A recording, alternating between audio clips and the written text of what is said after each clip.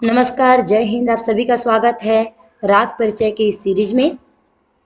यह राग परिचय का पार्ट 2 है।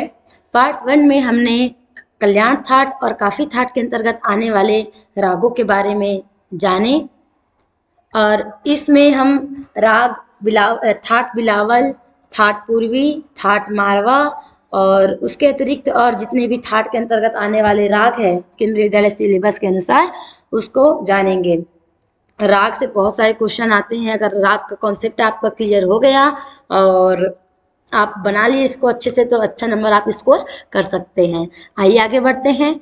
तो पार्ट 2 में हमारा पहला राग है राग शंकरा। राग शंकरा यह बिलावल थाट के अंतर्गत आता है। बिलावल थाट है इसका। जाति इसकी ऑडव शाडव है। क्यों ऑडव शाडव है? क्योंकि इसके आरोह में रे और म वर्जित है आरोह में, और अवरोह में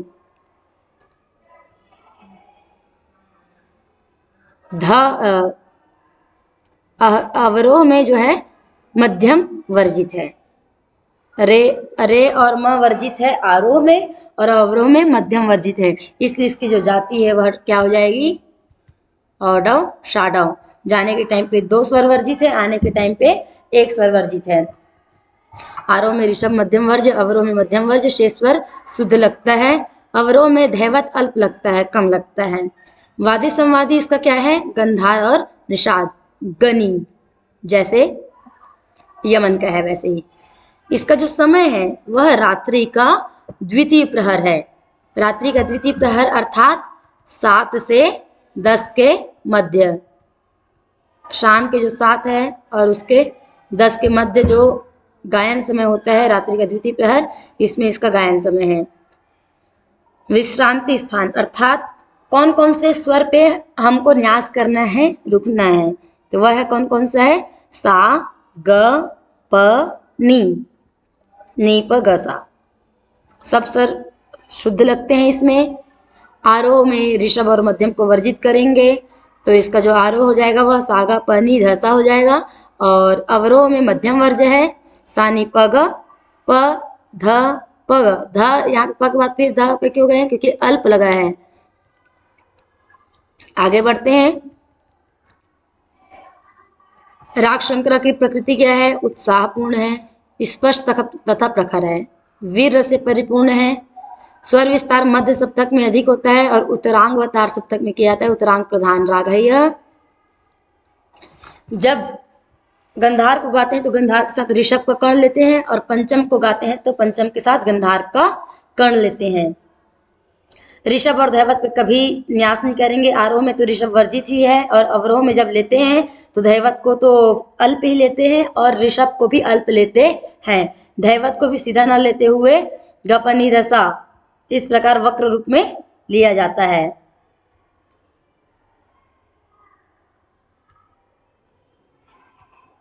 स्वर संगति इसका देख लेंगे, क्वेश्चन बहुत आता है स्वर संगति से। स्वर संगति है निसा गप निसा, सा नी प ग रे सा निसा, ये स्वर संगति है इसकी। नोट करेंगे आप सभी। यह बिलावल थाट के अंतर्गत आने वाले राग है। बिलावल थाट के अंतर्गत आने वाले दूसरे राग है राग देशकार।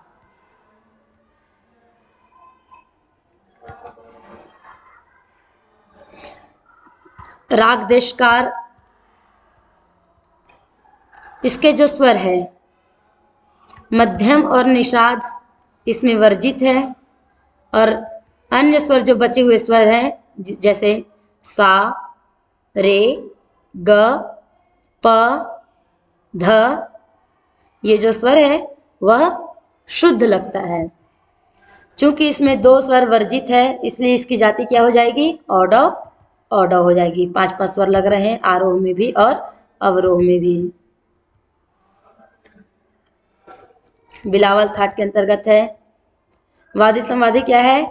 धग है, धैवत और गंधार। देखिए इसी थाट का जो इससे पहले जो राग शंकरा है, राग शंकरा में गनिवादी है और इसमें धगावादी संवादी है।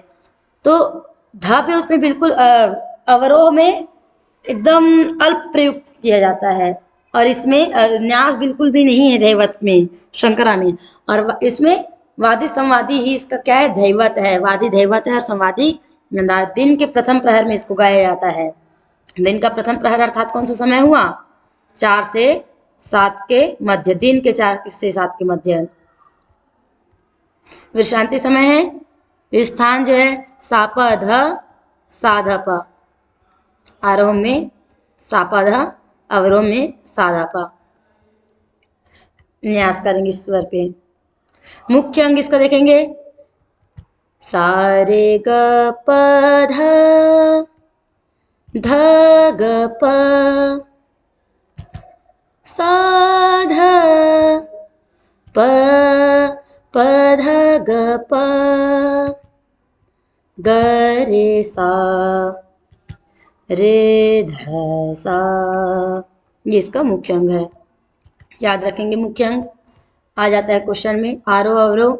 चूंकि इसमें हम किस किस स्वर को वर्जित कर रहे हैं, मध्यम और निषाद को वर्जित कर रहे हैं, तो 7 स्वरों में से मध्यम और निषाद को वर्जित करके गा देंगे। सा रे ग प ध सा ध प ध ग प ग रे सा। आरोह और अवरोह इसका किसके जैसा है, भूपाली जैसा है। भूपाली के बहुत निकट राग है, बस कुछ जो स्वर है इसमें न्यास कर देने से भूपाली से अलग हो जाता है। इसलिए इसको गाने के टाइम पे कुछ कुछ स्वरों में सावधानी बरतनी चाहिए, नहीं तो वो क्या राग हो जाएगा, भूपाली के जैसा हो जाएगा। भूपाली के स्वर क्या है, सा रे ग प ध सा ध प ग रे सा। और सेम स्वर इसमें भी है देशकार में, लेकिन लगाने का स्वर को लेने का लगाने का जो तरीका है दोनों का अलग अलग है, इसलिए दोनों राग अलग अलग होता है। राग देशकार में देखिए शुद्ध दैवत बहुत प्रबल है, पंचम से आलाप का अंत करना चाहिए। क्वेश्चन आ सकता है कि राग देशकार में कौन से स्वर सबसे अधिक प्रबल है। स्वर संगतियां देख लेंगे यहाँ पे, सागर सागर रे सा ध सा रे ग प ध ग प ध सा। ये सब इसके स्वर संगतियां हैं। केंद्रीय विद्यालय के जो पाठ्यक्रम है उसमें थाट बिलावल से 2 ही राग है, एक शंकरा है और एक देशकार है।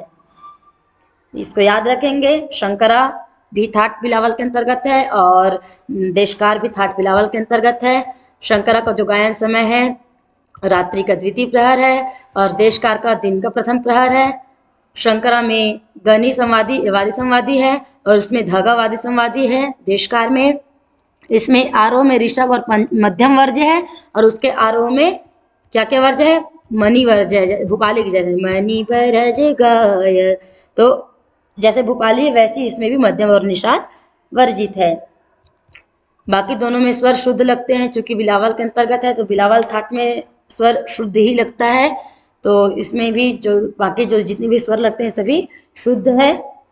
दोनों में अंतर यह है कि ये दिन के प्रथम प्रहर में गाते हैं, इसको रात्रि के द्वितीय प्रहर में गाया जाता है। इसकी जाति औडव औडव है और उसकी जाति औडव शाडव है। आगे बढ़ते हैं। राग पूर्वी बहुत महत्वपूर्ण राग है और थाट भी।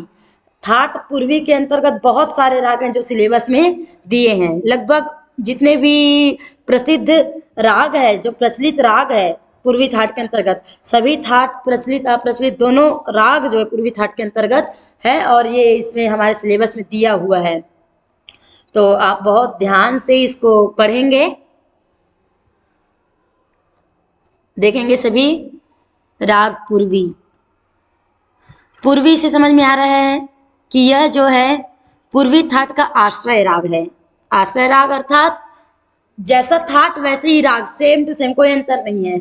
इसी राग से ही उस जो थाट है उसको नाम दिया गया, ऐसे कह सकते हैं, आश्रय राग है यह। इसमें कौन कौन से स्वर प्रयुक्त होते हैं तो देखेंगे। वर्जित कोई भी स्वर नहीं है। सबसे पहले तो देखेंगे कोई स्वर वर्जित है क्या, तो वर्जित नहीं है।